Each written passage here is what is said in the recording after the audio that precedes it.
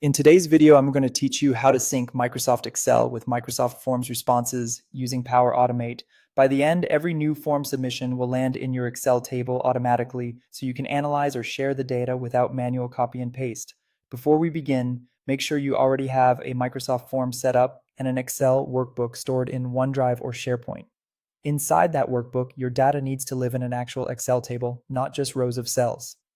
If you haven't done that yet, select your header row and data in Excel and convert it to a table so each column has a clear header. Start by opening Microsoft Power Automate in your browser and sign in. From the left menu, choose Create. We're building something that runs whenever a new response comes in, so pick Automated Cloud Flow.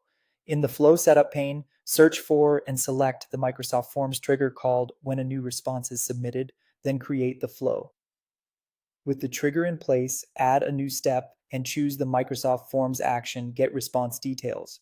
In this action, select the exact same form ID you used in the trigger. For the Response ID field, use the dynamic content labeled Response ID that comes from the trigger. This ensures you pull the full set of answers for the specific submission that fired the flow. Next, add another step and choose the Excel Online Business action, Add a row into a table. Configure the location where your Excel file lives, select the correct document library if you're using SharePoint, then browse to your file and pick the table you created. Be sure the workbook isn't open for editing in your desktop app while you run the flow, as that can block updates. Now map your fields. Click into each column in the Excel action and insert the matching dynamic content from the Get Response Details step. Use the question labels you see in the dynamic content to align each answer with the right Excel column. If you have dates or numbers, keep your Excel columns formatted appropriately so the data looks clean when it arrives. When everything is mapped, save your flow. Test it by submitting a new response to your form. After a moment, open your Excel table and confirm a new row appears with the answers you just submitted.